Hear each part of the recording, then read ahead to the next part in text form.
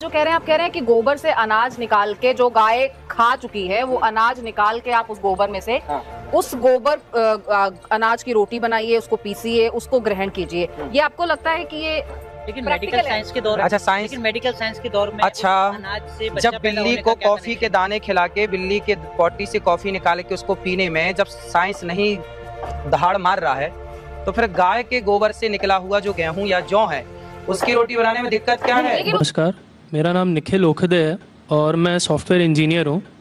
आज हम जिस चीज़ के लिए यहाँ पे जमा हुए हैं उसका टॉपिक यूनिवर्सल ब्रदरहुड है, पर मुझे कहीं ना कहीं ऐसा लगा कि हम इंसानों तक सीमित रह गए। मेरा ऐसा कहना है कि हम इंसानों में कुछ इंसान ऐसे भी हैं जिनकी कुछ फीलिंग्स या जिनको जानवरों के बारे में भी थोड़ी फीलिंग्स हैं, और अगर आप उन्हें हर्ट करते हैं तो ये उस इंसान के रिलीजन के प्रति जाना है। तो मेरा ये मानना है कि भगवान कुछ नहीं है, सिर्फ एक यूनिवर्सल ब्रदरहुड का माध्यम है ताकि एक भगवान को हम पूजें या इबादत करें और इसके थ्रू हम यूनाइट हो जाएं। तो मेरा सवाल ये है कि हम हमेशा भगवान को इस तरह तोलते हैं कि उसे इंसान की तरह फीलिंग्स हैं, वो हमें सज़ा देता है, हमें रिवॉर्ड करता है, पर हमारे अलावा इस यूनिवर्स में, मैं उस वर्ड पे स्ट्रेस करूँगा, यूनिवर्स में जानवर भी हैं जिनका काम इस भगवान के बिना चल रहा है, जिनमें कोई फीलिंग्स नहीं है, ना वो कुरान पढ़ते हैं ना बाइबल पढ़ते हैं। वो भी जीवित हैं, हम भी जीवित हैं। हमें एक गुमान हो गया है कि हम थोड़े स्मार्ट हैं, पर वो भी इस सृष्टि का हिस्सा हैं। तो इस यूनिवर्सल ब्रदरहुड में उनके प्रति हमारी भावनाएं के बारे में कुछ जिक्र, और मैं जानना चाहूँगा कि क्या पैंथीज़म इसका एक सॉल्यूशन नहीं है, क्योंकि इसमें हम किसी एक इंडिविजुअल को वर्शिप नहीं करते। जैसा कि जुडाइज़म में कहा गया है कि I am a jealous God, और एक जेलस एक ऐसा इमोशन नहीं है जिसे हम पूज सकें मेरे हिसाब से। पर अगर हम पैंथीज़म को एक सोल्यूशन माने तो ये एक ऐसी चीज़ है जो हमेशा रही है। पेड़ हमेशा रहे हैं, ये यूनिवर्स हमेशा रहा है, जबकि धारणाएं, डेफिनेशंस भगवान की हमेशा बदलती रही हैं। तो अगर हम गॉड को कांस्टेंट के रूप में देखना चाहते हैं और इसे एक माध्यम बनाना चाहते हैं आपसी भाईचारे का, आलमी भाईचारे का, तो क्या पैंथीज़म इसका एक सॉल्यूशन नहीं है? भाई साहब ने सवाल पूछा कि यूनिवर्सल ब्रदरहुड हम सिर्फ इंसानों तक महदूद रह गए हैं, क्या जानवर में जान नहीं है? और ये भगवान को हमने खुद बनाया ताकि आलमी भाईचारा रहे, लेकिन क्या पैंथीज़म इसका सल्यूशन नहीं है कि भगवान को हम दूसरे रूप में देखें? भाई साहब का अच्छा सवाल है। सवाल के दो हिस्से हैं। पहला एक हिस्सा है कि यूनिवर्सल ब्रदरहुड सिर्फ महदूद इंसानों तक क्यों, जानवर पेड़ पौधों को क्यों नहीं लिया गया? दूसरा सवाल, क्या पैंथीज़म इसका सल्यूशन नहीं है? पहले सवाल का जवाब कि यूनिवर्सल ब्रदरहुड, आलमी भाईचारा के अंदर हम बाकी जीवित चीज़ों को क्यों नहीं लेते? अगर लेंगे तो जीना ही मुमकिन नहीं है। अगर हम लेंगे बाकी जीवित चीज़ों को, हम आलमी भाईचारे में लेंगे, तो आपको यहाँ खड़े रहना भी मुमकिन नहीं है 5 मिनट तक के। क्यों मैं बोलूँगा? क्योंकि मैं डॉक्टर हूँ। भाईचारा का एक उसूल है कि दूसरे भाई का कत्ल मत करो, उसूल है कि नहीं? ठीक है, आप सांस ले रहे, अभी सांस ले रहे ना, आप जब सांस लेते लाखों जर्म्स का कत्ल कर रहे हैं आप कैसे भाई? ये लाखों लोग का कत्ल कर रहे जीने के लिए, ये कैसा भाईचारा है? तो इसीलिए भाईचारे का डेफिनेशन जरा हम बराबर तौर से समझ ले, फिर हम डिस्कस करें। क्योंकि अगर आप कहेंगे हर जीवित चीज मेरे भाई है, तो आप भाईचारे के खिलाफ। कोई भाईचारा में ये नहीं है कि दूसरों का कत्ल करो अपने आप को जिंदा रखने के लिए। कभी भी इस्लाम में ये नहीं कहा गया है कि दूसरों को दबाओ अपने आप को ऊंचा करने के लिए। और मैं अल्लाह के रसूल की एक मिसाल दूंगा आपको। अल्लाह के रसूल फरमाते हैं, आप जब देखते हैं एक खजूर का दरख्त, पाम ट्री, वो एक मोमिन की मिसाल है, मुस्लिम की मिसाल है, तो साहबा सोचते इसका क्या मतलब? क्यों एक खजूर का दरख्त, पाम ट्री को मुस्लिम कह रहे? समझ में नहीं उनको। आज हम जानते हैं, उस टाइम अल्लाह के रसूल ने कहा कोई भी पेड़ पौधे जब भी बढ़ते ऊपर, वो क्या करते हैं? आजू बाजू पेड़ को हटाते हैं, फिर ही बढ़ते हैं, नीचे जाते हैं, अपने पौधों को, रूट्स को एक्सपैंड करते हैं। इसीलिए आप देखेंगे म्युनिसिपैलिटी क्रैक्स को तोड़ती है, मजबूत कर रही है। क्यों? वो पेड़ बढ़ता है तो क्रैक हो जाता है, फिर से टाइल लगाते हैं। जितना पौधा बढ़ता है, जितना पेड़ बढ़ता है, उतना आजू बाजू नुकसान करता है। एक वाहिद दरख्त है पाम ट्री, जो जितना ऊंचा जाता है दूसरे को नुकसान नहीं पहुंचे, सीधा जाता है। बाकी लोग यहां जाते वहां जाते, इसके घर में घुसते, उसके घर में घुसते, ऊपर जाते सीधा, किसी को तकलीफ नहीं देते, नीचे भी जाते सीधा, आजू बाजू घूमते नहीं। अगर आप अपने आप को बड़ा बनने के लिए दूसरों को दबाएंगे, ये मुस्लिम नहीं। तो अगर मैं मानूं आपकी बात को कि हर जीवित इंसान को भाईचारा करूं, तो मुझे जीने का हक नहीं, किसी को जीने का हक नहीं है। लेकिन उसका मतलब ये नहीं कि हम दूसरे जीवित लोग को तकलीफ पहुंचाए जानबूझ के। इसीलिए इस्लाम में जब मोहम्मद सल्लल्लाहु अलैहि वसल्लम पैगाम दिए अरब देशों में, अरब मुमालिक में, तो लोग ने कहा ये कैसा इंसान है। जब अल्लाह के रसूल ने कहा कि ऊंट के ऊपर ज्यादा वजन मत डालो, हराम है, घोड़े को ज्यादा तकलीफ मत दो, तो लोग कहने लगे ये तो अभी इंसानों की हुकूक की बात कर रहा था, अभी जानवरों के हुकूक की बात कर रहा है। अल्लाह के रसूल फरमाते जब एक शख्स आग उगाता, बोलते आग को बुझाओ, क्यों? उधर चींटियां मर रहे हैं। उसका मतलब जानबूझ के कोई भी जीवित चीज को मारना हराम में, सिर्फ अनजाने में इजाजत है, या जिसकी इजाजत खुदा ने आपको दी है, जिसकी इजाजत दी है खुदा ने।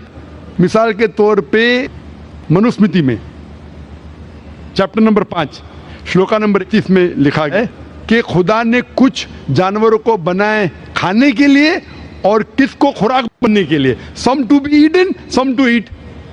अगर वो खाने वाला जानवर दूसरे जानवर को खाता है जिसको खुराक के लिए बनाया है, तो कोई गुनाह नहीं है।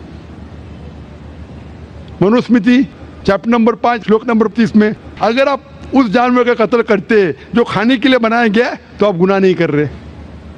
Manusmriti chapter number 5 shloka number 39 में सैक्रिफिशियल एनिमल, जो एनिमल कुर्बानी के लिए बनाए गए, उसकी कुर्बानी देना गुनाह नहीं है।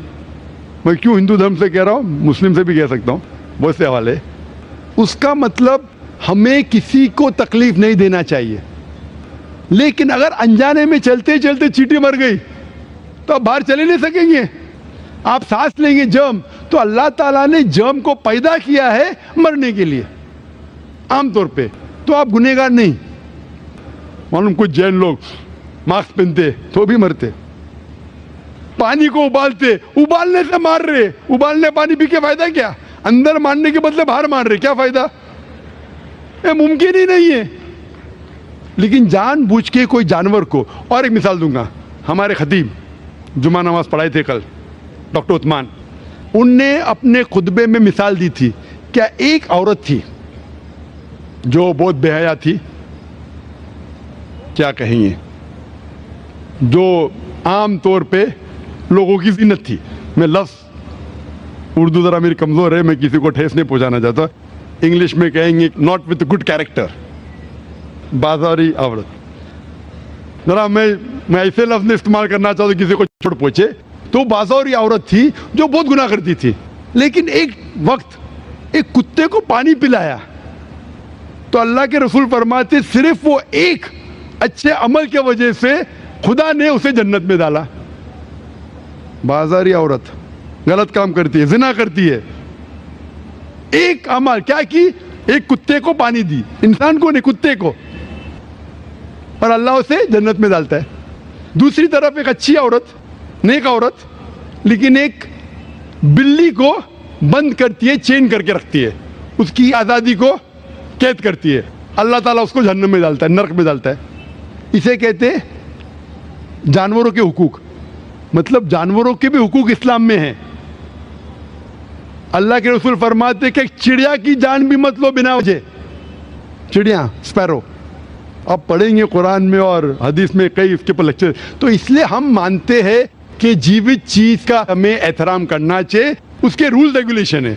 बोलेंगे सब जीवित चीज मेरे भाई है, नहीं भाई सब भाई नहीं है। अभी कुछ लोग इतना करते, कुत्ते के पीछे हर महीने लाख रुपया खर्चा करते। अरे गरीब लोग मर रहे, लाख रुपये से 10 घर हर महीने लाख रुपया अपने पूडल के ऊपर डालते हैं। लाख रुपये से कम 10 घर तो चलेंगे ना महीने, 20 घर चलेंगे बम्बई में, हाँ के नहीं? वो 20 घर को संभालो ना, एक पूडल को संभाल रहे। ये किधर का इस्लाम है? ठीक है, जानवर की कदर करो, इतना कदर मत करो कि उसके हाथ में चेन डालो सोने की, ये करो, ये खाना लेके आओ। खाना लेके आते लाख रुपए का, आप समझ रहे ना? तो इतना मत इसराफ करो। इस्लाम के अंदर सिखाया गया है कि भाईचारा, जो मैंने जिक्र किया, बट जानवरों को भी देखो और उसके साथ अच्छा बर्ताव करो, बिना वजह किसी जानवर का कत्ल मत करो। ये आपका सवाल था। आपका दूसरा सवाल इसके अंदर जवाब हो गया। आप कहते हैं कि पैंथियज्म, सबको खुदा मानना इसका जवाब है। उसका जवाब में कहा था, हमारे भाई जो अवतार सिंह थे ना, उसने कहा था पैंथियज्म, सब कुछ खुदा है, सब कुछ खुदा है। इससे क्या होता है कि सब कुछ खुदा है, मतलब अगर आप सबको खुदा मानते, चोर को भी खुदा मानते, डाकू को भी खुदा मानते, खुदा का मतलब उसका कहना मानना, बराबर कि नहीं? उसकी इज्जत करना, उसकी इबादत करना, वो जो कहता है उसकी बात मानना। तो आप अगर वो चोर को खुदा बोलेंगे, वो बोलेगा चोरी को, तो आप चोरी करना शुरू करेंगे। वो बलात्कार करने वाला कहेंगे आपसे, आप उसको खुदा बोलेंगे, चल मैं बलात्कार कर, आप करेंगे? तो इसी तरह ये इलॉजिकल है। खुदा एक है और सिर्फ उसकी इबादत करना चाहिए। और ये जो फिलॉसफी है, ये फिलॉसफी जो आप बोल रहे, किधर से आई? इसे कहते हैं एंथ्रोपोमॉर्फिज्म। क्या कहते हैं? एंथ्रोपोमॉर्फिज्म, मतलब गॉड ने हर चीज की शक्ल हासिल की। और इसके अंदर एक फिलॉसफी है कि खुदा इतना पाक, इतना नेक, वो जानता नहीं कि किस तरीके से इंसान को तकलीफ होती है। और ये एंथ्रोपोमॉर्फिज्म जो फिलॉसफी है, खुदा अलग अलग चीज में शामिल होते हैं। और कई मजहब, इस्लाम के अलावा कोई मजहब कहता है कि खुदा एक बार इंसान का रूप हासिल किया, कुछ मजहब कहते हैं अनेक बार। और उनकी लॉजिक है कि खुदा इतना पाक, इतना नेक, इतना महान, उसे पता नहीं इंसान की तकलीफ क्या है, इंसान को किस चीज का बुरा लगता है। इतना नेक, इतने पाक, इंसान को दर्द कैसा होता है, इंसान को तकलीफ कैसा होती है। तो ये खुदा जो नेक और पाक है, जानने के लिए इंसान के उसूल क्या होना चाहिए, वो इंसान का रूप धारण करते। ये फिलॉसफी है एंथ्रोपोमॉर्फिज्म की। ऊपर से लगता है बहुत लॉजिकल है, खुदा इतना नेक, इतना पाक, इतना दयालु, वो जानता नहीं बेचारे इंसानों की क्या तकलीफ है, क्या मजबूरी है, क्या मुश्किलात है। तो इंसान का रूप धारण किया लिखने के लिए, क्या इंसान के लिए अच्छा है बुरा है। ऊपर से देखे तो बहुत अच्छा लगता है, लेकिन तहकीक करेंगे मंतिक से तो एकदम ही गलत। मिसाल के तौर पे, अगर मैंने एक डीवीडी प्लेयर बनाया, डीवीडी प्लेयर, क्या मुझे जरूरी है कि मैं डीवीडी प्लेयर बनूं ये जानने के लिए डीवीडी प्लेयर के लिए क्या अच्छा है क्या बुरा है? जरूरी है? नहीं। मैं एक इंस्ट्रक्शन मैन्युअल लिखूंगा कि डीवीडी प्लेयर को प्ले करने के लिए डीवीडी डालो, प्ले का बटन दबाओ, स्किप करने का स्किप का बटन दबाओ, स्टॉप करने का स्टॉप का बटन दबाओ। पानी में मत डालो, खराब हो जाएगा, ऊपर से मत फेंको, खराब हो जाएगा। मुझे डीवीडी प्लेयर बनने की जरूरत नहीं। इसी तरीके से खुदा हमारा खालिक है, हमारा बनाने वाला है, हमारा पैदा करने वाला है, उसको इंसान बनने की जरूरत ही नहीं। वो क्या करता है? इंस्ट्रक्शन मैन्युअल लिखता है, इंसान के लिए क्या अच्छा है क्या बुरा है, क्या खाना चाहिए क्या नहीं खाना चाहिए, कैसा इबादत करना चाहिए। और इस खुदा का आखिरी इंस्ट्रक्शन मैन्युअल है कुरान। इस ईश्वर, इस भगवान, इस अल्लाह, इस खुदा का आखिरी इंस्ट्रक्शन मैन्युअल है कुरान। इस कुरान मजीद में लिखा है आपके लिए क्या अच्छा है क्या बुरा है, किस तरीके से जानवर से अच्छा बर्ताव करना चाहिए, किस तरीके से भाईचारा बढ़ना चाहिए, किस तरीके से गरीबों की मदद करना चाहिए, सब लिखा है इसमें। खुदा को खुद इंसान बनने की जरूरत नहीं, क्योंकि वो हमारा खालिक है, हमारा मालिक है। तो इसीलिए ये पैंथियज्म फिलॉसफी इज टोटली रॉन्ग। और वेद में किधर नहीं लिखा है, आप जाएंगे दूसरी किताबों में लिखा है, आप अगर देखेंगे मेरी कैसेट हिंदुइज्म एंड इस्लाम पे, लेकिन वो किताबें वेद से ऊंची नहीं है। वेद में सिर्फ लिखा है तौहीद के बारे में, एक खुदा के बारे में, एक कम सत्य विप्रा बहुधा वेदांते, खुदा एक है, उसको नाम इरादा दे सकते हैं आप, लेकिन खुदा एक है, उसकी सिफत आप बयान कर सकते हैं, और वो एक खुदा है न तस्य प्रतिमास्ति, उसका कोई अक्स नहीं है, ना कोई पिक्चर है, ना कोई पेंटिंग है, ना कोई मूर्ति है, ना कोई स्टैच्यू है। Hope that answers the question. तो हम तो सनातन धर्म से है, तो सनातन धर्म में हमारा जो आता है जो भगवत गीता, जैसे आपके अंदर जो ये है, जैसा बाइबल का अपनी इस्लाम का ये है, कुरान है, तो इसी तरह हमारा भगवत गीता है। और जो भगवान के बारे में जानना है, यानी अल्लाह के बारे में जानना है, तो अगर हमारा है तो वो भागवतम है। तो भागवतम से हम लोग हमारा चलता है सब कुछ। अगर ये है वेद तो हमको स्वर्ग तक जाने के लिए है, लेकिन हमारा जो भागवतम है वो अल्लाह तक जाने के पहुँच तक है, यानी अल्लाह को हम सामने सामने देख के उनकी सेवा करने के लिए है। तो जो अभी आपने जो भी बोले थे, जो जवाब दिया था, अभी कर रहे थे औरतों के बारे में, माता जी लोगों के बारे में, तो हमारे भगवत गीता में भी लिखा है कि औरत को भगाता है तो उसको मार दीजिए। ऐसा नहीं है कि आपके इसमें सब में एक ही जैसा है। और आपका प्रवचन मुझे बहुत बहुत अच्छा लगा कि आपने जो कहा, जो लिखा गया किताब है, वो किताब के मुताबिक चले तो बहुत आदमी सुखी रहता है। बाकी तो मैं और कुछ सवाल तो कुछ पर्सनल पूछना चाहता हूँ, बाद में मैं आपको मिलके सब पूछूंगा, सबके सामने नहीं पूछ सकता, लेकिन आपका प्रवचन सुन के मुझे बहुत आनंद आया। हमारे हिंदू भाई ने कहा है कि वो काफ़ी मेरे तकरीर देखते हैं टीवी पे और प्रसन्न होते हैं, खुसूसन जब मैं हिंदू धर्म के बारे में कहता हूँ। और वो कहते हैं कि वो सनातन धर्म को मानते हैं, और सनातन धर्म में भी आपको शायद ये पता होगा कि सबसे अव्वल किताब भगवत गीता नहीं है, वेद है। भगवत गीता सनातन धर्म, अगर आप पढ़ेंगे आर्य समाज, आप आर्य समझिए, सनातन धर्म में बहुत से किस्म है। आपको इस्कॉन से मैं इस्कॉन, बिल्कुल इस्कॉन, हरे रामा हरे कृष्णा, इस्कॉन, ठीक है। तो इस्कॉन का तस्करा करता हूं। मैं गया था एक बार कलकत्ता में, और कलकत्ता में तकरीर थी मेरी, उस वक्त बारिश आती है, बारिश तो हो गई, लेकिन मेरे साथ आने वाले थे इस्कॉन के हेड कलकत्ता के। हम लोग दोनों जाते एक वैन में, वैनिटी वैन, मतलब जब बड़े मैदान में, यहाँ तो माशाल्लाह मैदान के बाजू में काफ़ी बिल्डिंग है, तो बड़े मैदान में प्रोग्राम होता है तो कोई ग्रीन रूम नहीं होता है, तो क्या करते हैं, वैन लेके आते, बस इसमें मेकअप रूम या आराम करने के लिए कंडीशन होता है। तो मैं इस्कॉन के हेड के साथ में बैठा था, तो उन्होंने वही बात कही जो आपने कहा, हमारे लिए सबसे अव्वल है भगवत गीता। मैंने बोला ठीक है, और कहीं का वेद भी ठीक है। तो मैंने पूछा, ये भगवत गीता हिंदू धर्म में दो किस्म की किताब है, एक है श्रुति, एक है स्मृति। श्रुति मतलब जो भगवान की भेजी हुई किताब, वेद और उपनिषद। उसने कहा बिल्कुल सही।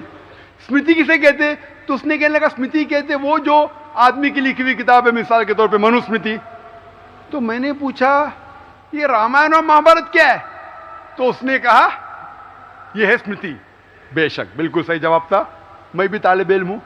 तो मैंने पूछा, बिल्कुल सही कहते, ऊपर आती है श्रुति, वेदा और उपनिषद। स्मृति मतलब दूसरी किताबें, मनुस्मृति, इतिहास।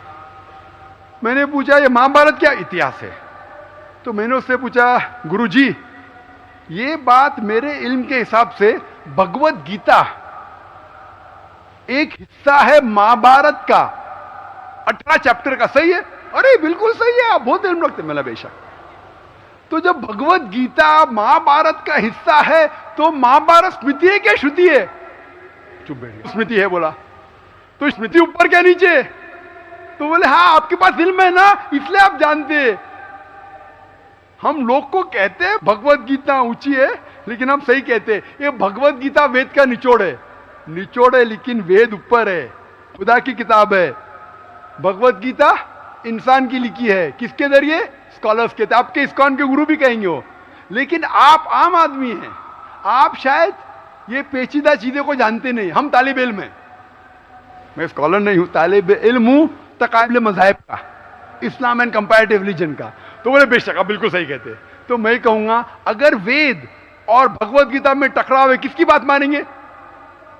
तो बोले आमतौर पे तो हम कहते हैं भगवत गीता ऊपर है, लेकिन आप सही कहते हैं क्योंकि आपके पास इल्म है। तो मैं वो डबल स्टैंडर्ड क्यों? जिसके बाद इल्म में बदल जाता है क्या? 2+2 4 ही रहता है, चाहे वो सेकंड स्टैंडर्ड में या 10th स्टैंडर्ड में 2+2 वही रहेगा, 4 बदलेगा नहीं। तो मैं ये कहता हूं गुरुजी से, आपके संत से, कि आप अपनी किताब लोगों में आम करो, हिंदुओं में आम करो वेद। लेकिन हिंदू धर्म में सिर्फ ब्राह्मण ही वेद को पढ़ सकता है, क्षत्रिय नहीं पढ़ सकता। क्यों? बाकी लोग नहीं पढ़ सकते, वैश्य शूद्र नहीं पढ़ सकता। क्यों? हमारे मजहब में ऊंच नीच नहीं है, काला या सफेद, अमीर या गरीब, राजा या फकीर, कुरान पढ़ सकता है। नमाज के लिए जब उस ईश्वर की हम इबादत करते हैं, जब खड़े होते नमाज के लिए कंधे से कंधा मिला के करते, चाहे वो फकीर या अमीर या गरीब, फकीर या राजा साथ में खड़ा है तो कंधे से कंधे मिला के खड़ा होता है। और आप यहाँ देखेंगे, और मैं अल्हम्दुलिल्लाह कई बार सऊदी अरब गया हूँ और किंग अब्दुल्ला की दावत पे भी गया हूँ, माशाल्लाह उनकी सिक्योरिटी रहती है, तो सिक्योरिटी हट जाती है, आप साथ में तो साथ में अल्हम्दुलिल्लाह, राजा या फकीर, अमीर या गरीब, काला या सफेद, यकसा है। तो मैं ये कहना चाहता हूँ, आप बिल्कुल सही कह रहे थे कि वेद स्वर्ग की बात करता है लेकिन खुदा की बात भी करता है। भगवत गीता में भी स्वर्ग की बात लिखा है, खुदा का भी लिखा है। आप बोले अल्लाह के करीब आने के लिए भगवत गीता सही है, बराबर। मैं ये नहीं कह रहा हूँ कि वेदों में नहीं कहा है, वेदों में बहुत आखिरी में आता है, लेकिन जो भगवत गीता जो है वो डायरेक्ट भगवान हुआ है, यानी अल्लाह ने कहा हुआ है, ऐसा है। तो इसके लिए अभी वेद तो संस्कृत में है, वो पढ़ नहीं सकते, लेकिन जो भगवत गीता है वो बहुत सारी इसमें ट्रांसलेशन हो गई है। और जो भगवत गीता है बहुत सारे आदमी ने यानी लिखी हुई है, करीबन 200-300 लोगों ने लिखी है अपने अपने हिसाब से। हाँ, बिल्कुल सही कहा। लेकिन इस्कॉन का जो गीता है भगवत गीता, वो गुरु परंपरा में है, वो भी आदमी है, एज इट इज लिखा हुआ है, यानी वो परंपरा में अगर गया तो कृष्ण तक गया, यानी जिसने जो कहा है वो एज इट इज है, इसके लिए उसका लिखा हुआ as it is Bhagavad Gita. आपके स्वामी प्रभुपदा, बराबर, यस बराबर हुआ, स्वामी प्रभुपदा, प्रभुपदा इंसानी थे ना? हाँ, इंसानी थे ना, मैं किधर ना बोल रहा हूँ। ये हमारा कुरान जो है ना, डायरेक्ट अल्लाह की तरफ से तो ना मोहम्मद सल्लल्लाहु अलैहि वसल्लम ने लिखा है, वही हम लोग ने ये कुरान जो है डायरेक्ट अल्लाह की नाज़िल यूं बहू। इसलिए जितने भी दिगर मज़ाहिब की किताब है, जैसे वक्त जाने लगे बदलते गए। आप बिल्कुल सही कहते, 300 किस्म की किताब है, बाइबल सैकड़ों किस्म, हमारे IRF में 200 किस्म की बाइबल है। आप किस में मानेंगे? कुरान आप लो, कोई भी कुरान लो, इंडिया में, अमेरिका में, यूके में, हिंदुस्तान में, पूना में, हूबहू वही है। एक लफ्ज की बात दूर रही, आ की मात्रा, ई की मात्रा, जबर जेर पेश, वो भी फर्क नहीं है, फत्ता दम्मा कसरा में भी फर्क नहीं है। ओरिजिनल कुरान में तो फत्ता दम्मा कसरा था नहीं, लेकिन आज जब हम पढ़ते हैं माशाअल्लाह। तो मैं ये कहना चाहता हूं, जितनी भी किताबें पहले आई, आज भी आप बिल्कुल सही कहते हैं, भगवत गीता वेद का निचोड़ है, लेकिन जब निचोड़ होता है वो असली फल से कॉन्ट्रडिक्ट करे तो फल और अहम है। मैं बिल्कुल मानता हूं, स्वामी प्रभुपदा मानते हैं कि भगवत गीता क्या है, वेद का निचोड़ है। और वो कहते हैं, मैं भी पढ़ चुका हूं, आपकी Bhagavad Gita as it is पढ़ चुका हूं, उसमें ही लिखा, उसका ही ट्रांसलेशन था। भगवत गीता अध्याय नंबर 7 श्लोका नंबर 20 में, जो कोई दुनियादारी के पीछे भागता है वो गलत खुदाओं के पीछे भागता है। आपकी भगवत गीता में लिखा एज इट इज में, और उसका अगर प्रीफेस पढ़ेंगे उसमें लिखा है कि ये जो वेद है वो गाय है, भोज से गाय है, और कृष्ण क्या है, दूध निकालने वाला इंसान, और दूध क्या है, भगवत गीता है। सही कह रहा हूं कि नहीं? प्रीफेस में लिखे है, कौन कहता है? आपके स्वामी प्रभुपदा। मुझे उसका ट्रांसलेशन पसंद है। अक्सर हमारे वहां भी माशाअल्लाह 50 से ज्यादा भगवत गीता है, मैं लेकिन स्वामी प्रभुपदा की गीता को पसंद करता हूं, अच्छी गीता है, इसीलिए मैं प्रीफेस कह रहा हूं। लेकिन उसमें भी लिखा हुआ है, उसके अंदर भी वो निचोड़े वेद का, निचोड़े, लेकिन निचोड़ मतलब नहीं कि असल फल को गाय को छोड़ देंगे। गाय चले जाएंगी तो दूध क्या करेंगे आप? गाय रहेंगी तो दूध मिलते रहेगा ना। दूध को लेंगे, गाय को मार देंगे, दूध आपका खत्म हो जाएगा भाई। गाय को जिंदा रखो, रोज दूध लो, बराबर के नहीं? दूसरे बच्चे पैदा करेंगे गाय, लेकिन तो गाय को मत छोड़िए। इससे हमें पता लगता है, उसमें लिखा हुआ है, आपके वेद में लिखा हुआ है कि और एक पैगंबर आने वाला है। आपकी भगवत गीता में लिखा है चैप्टर नंबर 4 में वर्ष नंबर 7 से 8 में, यदा धर्मस्य, यानी युग युग में जब भी परेशानी आएंगी इस धरती पे तो मैं एक रूप हासिल करूंगा, अवतार। अवतार की सही मानी आपको मिलेगा वेद से। उसमें पता चलता है जिसे हम कहते हैं पैगंबर, आखिरी पैगंबर, आखिरी अवतार कौन है? कल के अवतार। अगर आप भगवत गीता में मानते, अगर आप वेद में मानते, आपको आखिरी अवतार कल के अवतार में मानना ही पड़ेगा, फिर ही आप कह सकते मैं असल भक्त हूं भगवत गीता का। वो तो है ही, आपने जो बताया कल के अवतार तो आने वाला ही है। मानते कल के अवतार में आने वाला है, आ चुका है। और उसमें लिखा था कल के अवतार की मां के नाम क्या है? सुमति। सुमति की मानी अमन, अरबी में कहते हैं आमिना। मोहम्मद सल्लल्लाहु अलैहि वसल्लम के वालदा का नाम था आमिना। उसमें लिखा है कल के अवतार, चैप्टर नंबर, अभी हवाला भी दे रहा हूं मैं, टाइम मिल रहा है ना। कल के अवतार चैप्टर नंबर 2 वर्ष नंबर 5 श्लोक नंबर 5, 7, 9, 11, 15। इसमें लिखा है कि उसके वालिद का नाम है विष्णु यास। विष्णु यास मतलब खुदा का बंदा, अरबी में तर्जुमा करेंगे अब्दुल्ला। मोहम्मद सल्लल्लाहु अलैहि वसल्लम के वालिद का नाम था अब्दुल्ला। उसमें लिखा है वो इसी जगह में पैदा होंगे जो अमन की जगह है। हम मानते हैं कि मक्का एक अमन की जगह है। उसमें लिखा है कि वो उस फैमिली में पैदा होंगे जो उस इलाके के अमीर होंगे। हम जानते हैं कि कुरैश के फैमिली में पैदा हुए थे मोहम्मद सल्लल्लाहु अलैहि वसल्लम। उसमें लिखा है कि वो 12वीं तारीख माधव के दिन पे पैदा होंगे, वो 12वीं रब्बी अव्वल मोहम्मद सल्लल्लाहु अलैहि वसल्लम पैदा है। आगे आप पढ़ेंगे, वेद में लिखा है कि उसके 4 करीब दोस्त थे, जिसका मैं जिक्र किया हूं। 4 करीब दोस्त मोहम्मद सल्लल्लाहु अलैहि वसल्लम के थे, जो हजरत अबू बकर, हजरत उमर, हजरत उस्मान, हजरत अली। मैं अल्लाह भी मौल, अल्लाह ताला की रहमत सब पे हो। किसके बारे में जिक्र करें? उनको सबसे पहली जो वही आएंगी वो आएंगी एक गार के अंदर। हम जानते हैं मोहम्मद सल्लल्लाहु अलैहि वसल्लम सबसे पहली वही आए गारे हिरा में। फिर वो करेंगे हिजरत, नॉर्थ की तरफ फिर से वापस आएंगे। मोहम्मद सल्लल्लाहु अलैहि वसल्लम हिजरत की मदीना जो नॉर्थ के ऊपर है, फिर से वापस आए। मैं तो 1 घंटा सिर्फ तस्करा कर सकता हूँ। मोहम्मद सल्लल्लाहु अलैहि वसल्लम हिंदू धर्म में, वक्त नहीं है। मैं ये पूछना चाहता हूँ, आप मानते क्या इस कल के अवतार में? आप मानते मोहम्मद सल्लल्लाहु अलैहि वसल्लम आखिरी पैगंबर है? मैं तो कुरान 3 बार पढ़ा हूँ साहब, मैं तो मानता हूँ कुरान को, वो बात नहीं है। मानना सिर्फ जरूरी नहीं, अमल करना जरूरी है। मैं कहूंगा मैं खुदा को मानता हूँ, खुदा की बात पे अमल ना करता हूँ तो बेकार है। मैं कहता हूँ मैं मेरे वालिद से बहुत मोहब्बत करता हूँ, वालिद की बेइज्जती करता हूँ, वालिद की बात नहीं मानता हूँ, वालिद से बदतमीजी करता हूँ, तो क्या फायदा? आप समझ रहे ना? समझ रहा हूँ मैं, लेकिन आपने कुछ पहले ही अभी 10-15 मिनट पहले ही आपने कहा था कि जो भी है, कुरान है, वेद है और बाइबल है, कि जो जो उसमें लिखा हुआ है खुदा ने उसके ऊपर अमल करना चाहिए। तो मैं अपने इससे अमल करता ही हूँ। जो कुछ मानता तो हुई है, खुदा एक ही है करके, वो तो मानता ही है। बिल्कुल, मैं नहीं बोल रहा कि आपके लिए कोई खुदा अलग है, मेरे लिए कोई अलग है, या ईसाई के लिए कुछ अलग है। आप सनातन धर्म के हैं, मैं जानता हूँ सनातन धर्म में एक खुदा को मानते हैं। वो मानते खुदा की प्रतिमा नहीं, अक्स नहीं है, बराबर ये मानते। लेकिन मैं ये जानना चाहता हूँ, आप कल के अवतार में आप मेरे सवाल को घुमाओ मत। मैं जानता हूँ, नहीं है मैं ये जानता हूँ, सनातन धर्म के बारे में जानता हूँ। पहले स्टेज में आप पास कर चुके, एक खुदा में मानते, बिल्कुल सही। मैं ये बात जानना चाहता हूँ कि उस खुदा के अवतार पैगंबर, आखिरी पैगंबर में आप मानते हैं क्या नहीं मोहम्मद सल्लल्लाहु अलैहि वसल्लम? ये मेरा सवाल है। यानी मोहम्मद पैगंबर को आप मानते कि वो आखिरी पैगंबर थे क्या नहीं मानते? वो तो मानता हूँ मैं, मुझे मालूम है ना मोहम्मद पैगंबर आखिरी थे, मोहम्मदन। वो तो मानता ही हूँ। मोहम्मदन में ने आपके लिए, सबके लिए है ना।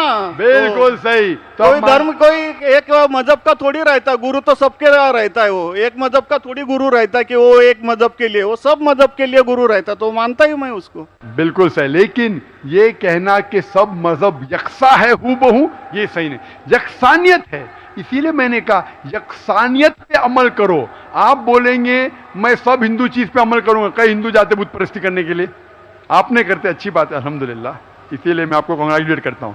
आप बुत परस्ती नहीं करते, मैं आपको कांग्रेचुलेट करता हूं, मैं कांग्रेचुलेट करता हूं, क्योंकि सनातन धर्म बुत परस्ती नहीं करता है। अल्हम्दुलिल्लाह सुम्मा अल्हम्दुलिल्लाह आप आधे इम्तिहान में सफलता पा गए। अभी ये पूछता हूं मैं, जैसे आपने कहा, आप अगर मोहम्मद सल्लल्लाहु अलैहि वसल्लम को आखिरी पैगंबर मानते हैं तो उसके पैगाम पे अमल करना ज़रूरी है। सिर्फ पैगाम को पढ़ना ज़रूरी नहीं, पैगाम पे अमल करना ज़रूरी है। अगर मैं कहता हूं मानता हूं लेकिन अमल नहीं करता तो कोई फ़ायदा नहीं। तो ये होता है कि अपने मन से खुदा की बात जो आखिरी पैगाम है कुरान शरीफ और आखिरी पैगंबर मोहम्मद सल्लल्लाहु अलैहि वसल्लम में मानना ज़रूरी है, फिर ही आप सही तरीके से मज़हब को पहचान सकेंगे। Hope that answers the question. नहीं, बस थैंक यू। कुछ बोलेंगे आपको?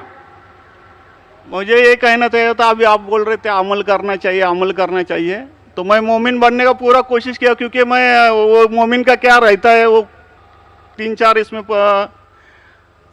सुन चुका हूँ। मोमिन का क्या रहता है? मोमिन का जो बताया था ना, क्या रहता जो रीजन जो कैसा रहता है मोमिन, कैसा रहता है मैं जानना चाहता हूँ आपसे। नहीं, मैं इतना याद में जितना रखा हूँ मैं जो भी याद बोल नहीं है सकता है, जो भी याद है बोल लीजिए, नो प्रॉब्लम। जो कमी है मैं पूरी कर लूंगा। नहीं नहीं यार, जान दीजिए, अगर दूसरे को भी क्वेश्चन पूछना है मैं आपसे मौका मिलना मोहब्बत करता चाहिए। हूँ, मैं आपसे मैं आपको मोहब्बत करता हूँ। पर्सनली मिलता हूँ बाद में। अच्छा, बाद में मिलेंगे स्टेज के बाद इंशाल्लाह। ओके, ठीक है। हरे कृष्णा।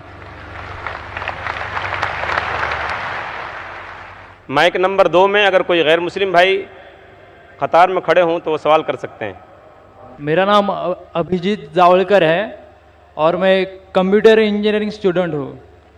सर, मुझे आपसे ये पूछना है कि अगर कोई मुस्लिम कुरान के ऊपर हाथ रखकर कोई कसम खा ले तो क्या वो कसम वापस ले सकता है? भाई साहब ने पूछा है कि अगर कोई मुसलमान कुरान पे हाथ रख के कसम खाता है तो क्या वो कसम वापस ले सकता है कि नहीं। आम तौर पे कोई भी मुसलमान कसम खाता है, चाहे कुरान पे हाथ रखे या नहीं रखे, उसे वापस नहीं लेना चाहिए। अगर उसे पता चला वो कसम गलत चीज़ है, किसी को नुकसान पहुंचा रही है, तो वापस ले सकता है। तो एक मोमिन, एक मुसलमान अगर अपने ज़बान से कहता है, कसम खाता है या इंशाअल्लाह कहता है, उसका फ़र्ज हो जाता है कि उसके ऊपर अमल करे। कुरान पे हाथ रखना नहीं रखना ऐसा कुछ लिखा नहीं है।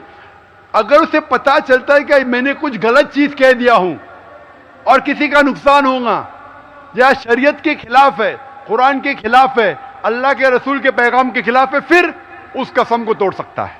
लेकिन आम तौर पे अगर वो कुरान के खिलाफ नहीं है, मोहम्मद सल्लल्लाहु अलैहि वसल्लम के पैगामात के खिलाफ नहीं है, तो उसे अमल करना चाहिए। ऐसी कोई चीज़ नहीं कुरान के ऊपर। लेकिन अगर वो अल्लाह का नाम लेता है और कसम खाता है, आम तौर पर अल्लाह का नाम छोटी मोटी बात में नहीं लेना चाहिए, लेकिन अगर वो अल्लाह का नाम लेके कोई कसम खाता है, takes an oath in the name of Allah सुब्हानहू व तआला, फिर उसके ऊपर और लाजिम हो जाता है।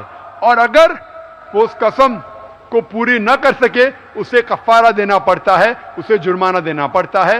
Hope the answer the question.